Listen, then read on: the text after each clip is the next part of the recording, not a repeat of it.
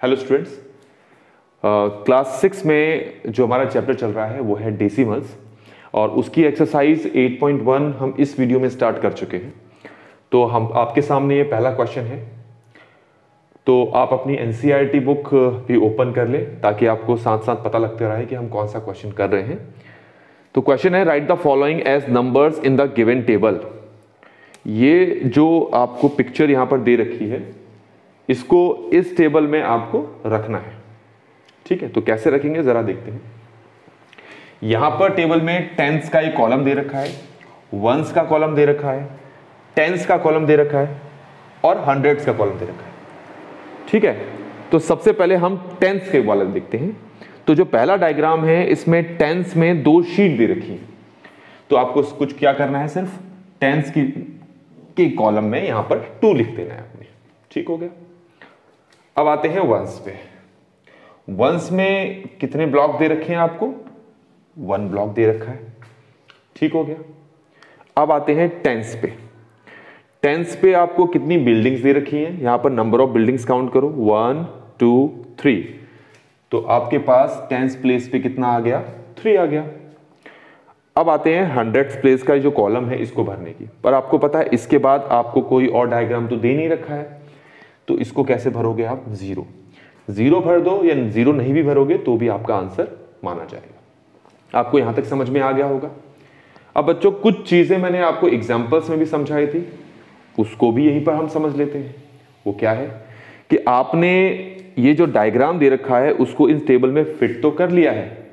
अब टेबल में आपके पास जो नंबर आ गए हैं इनको डेसिमल फॉर्म में हम कैसे रिप्रेजेंट करेंगे, तो आइए देखते हैं जरा कैसे करेंगे। मैं यहां पर लिख के दिखाता हूं आपको।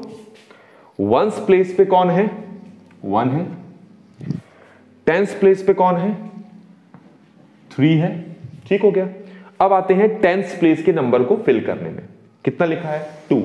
तो आपको पता है जब हमें टेंस प्लेस के नंबर को रिप्रेजेंट करना होता है तो उसका तरीका होता है कि पहले हम लगाते हैं पॉइंट और देन लगाते हैं हम 2।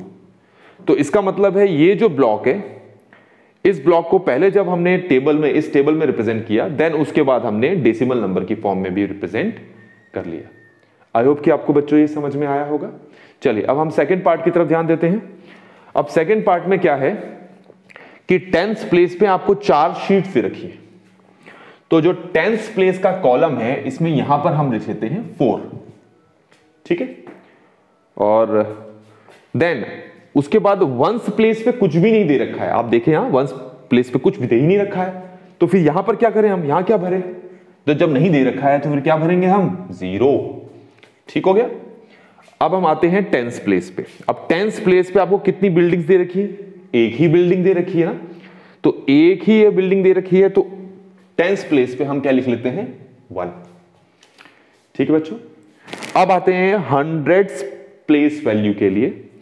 तो हंड्रेड्स प्लेस वैल्यू में आपको ये एक ही सिंगल बिल्डिंग दे रखी है, तो हंड्रेड्स प्लेस वैल्यू में भी हम क्या लिख लेते हैं? 1। अब आपको ये समझ में आ गया होगा। अब अगर मैं आपसे कहूं कि इनको डेसिमल नंबर की फॉर्म में रिप्रेजेंट करो तो कैसे करेंगे? सबसे पहले वंस प्लेस पे कितना है? 0, तो लिखो 0। टेंस प्लेस पे कितना है? 1, लिखो 1। देन हंड्रेड्स प्लेस पे कितना है? 1, यहां पे लिखा 1। अब हम आते हैं बच्चों टेंस प्लेस के नंबर को शो करने के लिए। तो टेंस प्लेस पे हमारे पास नंबर कितना है? 4। तो इस 4 को हम रिप्रेजेंट कैसे करेंगे? पहले तो हम लगाएंगे पॉइंट और देन लिखेंगे हम 4, ठीक है बच्चों।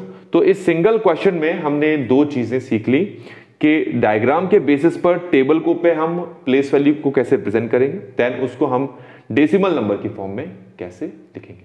आई होप कि आपको इस वीडियो में ये क्वेश्चन अच्छी तरह से समझ में आ गया होगा। Thanks for watching.